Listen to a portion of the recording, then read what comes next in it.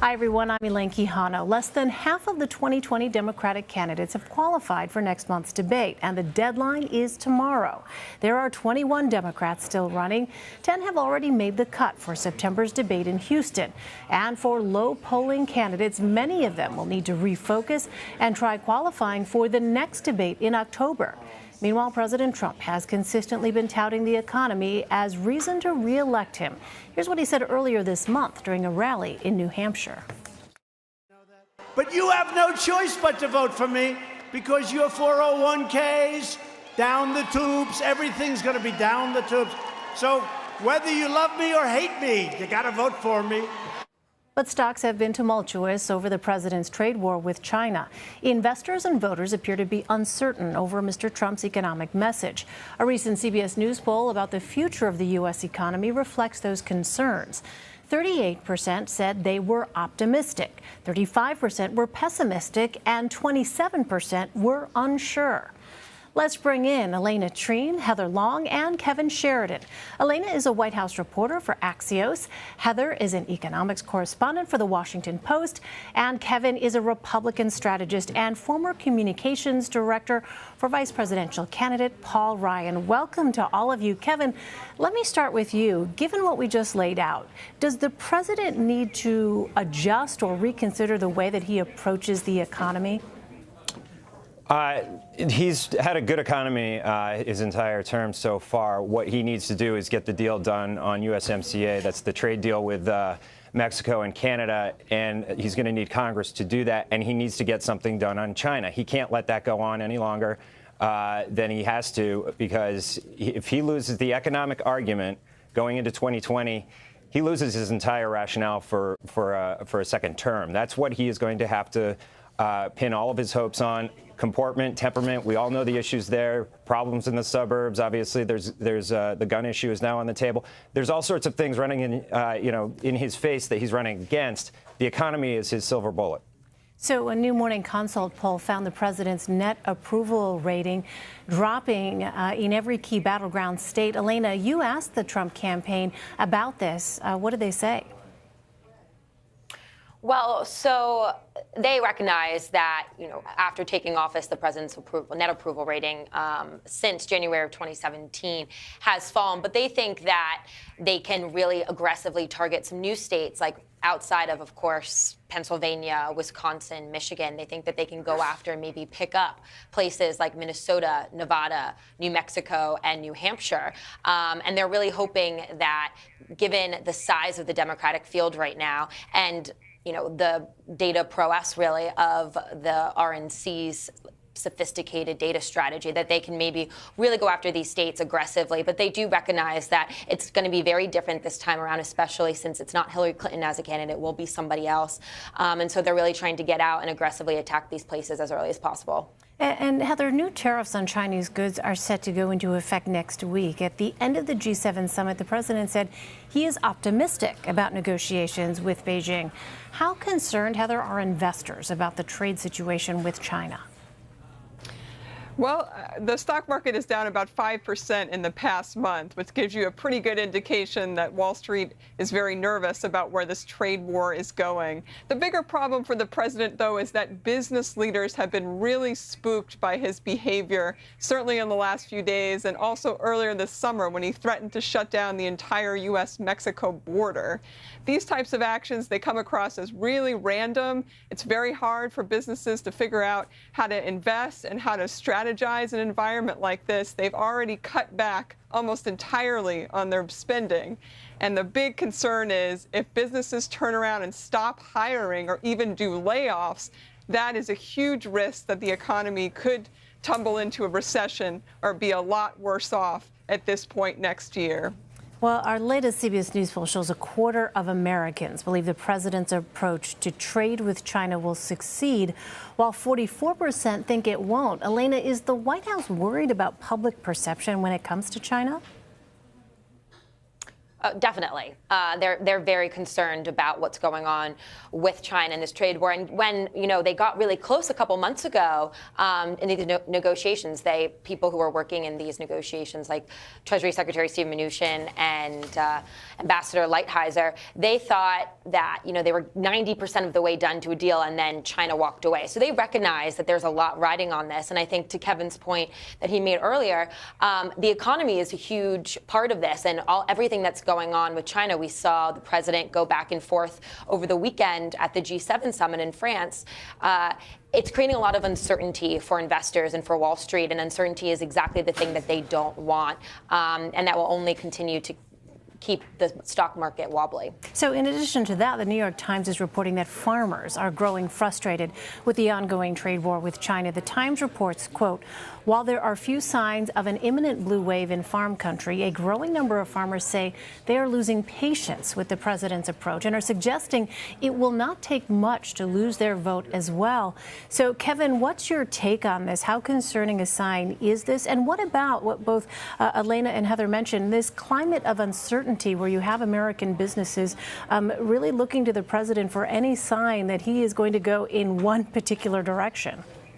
Well, that's a huge pressure point for his political constituency, and that will probably be one of the pieces of it that really moves him to actually get something done on China. And he's got the gift of, we've seen it before on other issues, where he just declares victory. It doesn't necessarily mean that he necessarily got a huge victory, but he's going to brand it a victory. He can go back to the farmers and say, this is what I've got for us. Whether or not a whole lot have changed from the start to the finish of the negotiation is a different matter. But he can then take that into the election. And I do think no matter what happens on China, as long as we're not in a tariff war, I think the economy will take off, the stock market will take off. And, as Heather was saying, it's down 5% in the last month over these fears. It could go up 10, 20% just as soon as we think there's a deal in place. Well, Heather, some economists have suggested the Federal Reserve should step in and cut interest rates if the trade war with China continues and if the economic outlook worsens. What are some of the considerations the Fed has to make in that? Well, it's more than likely that the Federal Reserve will lower interest rates a little bit, and that makes it easier for consumers and businesses to borrow money and hopefully boost the economy somewhat.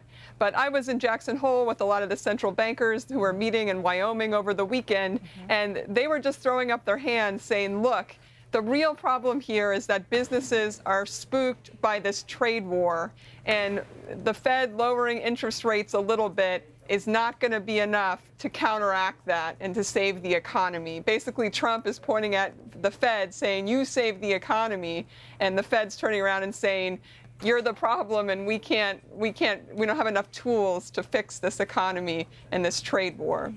And so, Alayna, if the Trump campaign needs to shift its message away from the economy, what are some other accomplishments it feels the president can actually run on? Well, I think just one thing I think is important to know, they're definitely going to be keeping the economy and what the president has been able to do over the past few years while he's been in office. They're going to be pointing to that unless it really does, tank in the next few months leading up to the presidential election. But some things that they're really hoping to tout, honestly, they recognize that there's not much policy-wise that they've accomplished, that the administration has accomplished, apart from he had the tax cut, which didn't really play that well with voters. And then they're also going to be pointing to, hopefully, they're very much hoping that they'll be able to pass the USMCA deal, hopefully before the end of the year. That's their goal. Of course, it's up to Congress whether that'll actually happen.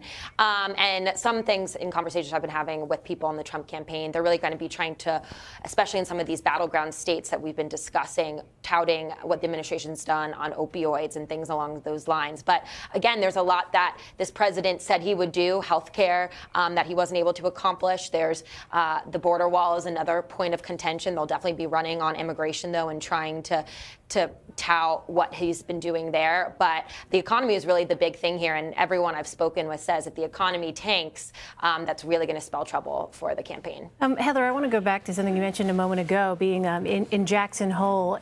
When you talk to these business leaders, how is it that they are actually operating right now in this climate of uncertainty? How is that affecting day-to-day decisions that they're having to make or perhaps hold off on? Yeah, they're really nervous. And somebody even made a comment to me, one business leader recently, that he actually thinks that this is the worst and most uncertain moment in his 20-some years in business. And I said, really? Worse than the Great Recession? Yeah. And he said, yeah, because at least in the Great Recession, it was an equal playing field. Everybody was facing a really tough situation. The problem with this trade war is some industries and some companies are really hit hard and others are not. And so if you're a business owner, you're trying to figure out, how do I compete with a European company that may not have the same tariffs placed on them? And so I think that's what's really getting people angry, whether they're farmers or manufacturers right now, is that they feel like this is really unfair to them. They're being specifically targeted. And while they agree that we need to address long-standing issues with China, they want to know, why me? Why now? Yeah, and is there, Heather, a sense that they are looking at maybe the Democrats might have some alternative solution, or does the whole political landscape for them right now look like it's that same environment of uncertainty no matter where you look politically? I think that's a great question. It's really unclear. A number of Democrats have actually been the loudest champions of going after China for many years. So in some ways, President Trump has gone even further than what Democrats were calling for. I do think, though, we're getting to a place now. By the end of this year, all the tariffs that Trump has put in place on China could cost a typical family $1,000 more per year. Now, you can debate if that's going to be the number that every individual family feels, but we're starting to get to a point where people are going to notice these tariffs. And I think that's where they're starting to say, I'm with you, President, to go after China, but this is a big, big ask for me to pay that much more a year just because of tariffs. Is this the right approach? Right, when you have some families that are living paycheck to paycheck.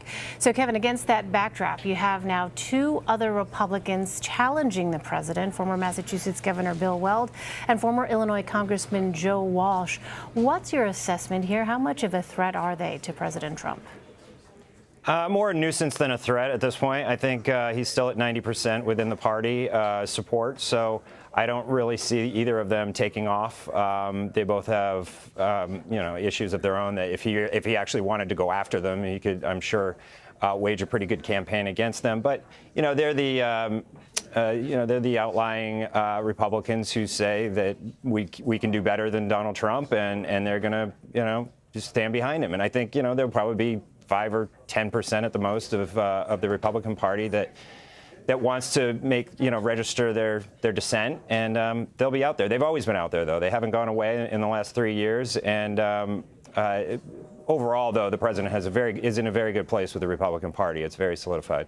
And finally, Heather, the former head of the New York Fed, Bill Dudley, wrote a Bloomberg op-ed today bashing President Trump's trade war. He calls it a manufactured disaster in the making. How unusual is it for an ex-Fed official to blast the president like this? This was a huge surprise in Federal Reserve circles to see this op-ed from the former head of the New York Fed today in Bloomberg. I think the current Fed chair, Jerome Powell, has tried very hard not to get political. He never mentions Trump by name. Remember that Trump appointed Powell to lead the Federal Reserve. So I think there was people have actually reacted pretty negatively to this op-ed, where the former Fed leader is calling for the Fed not to cut interest rates because he thinks it's enabling Trump to make bad decisions in this trade war. All right, Alayna Treene, Heather Long, and Kevin Sheridan, thank you all very much.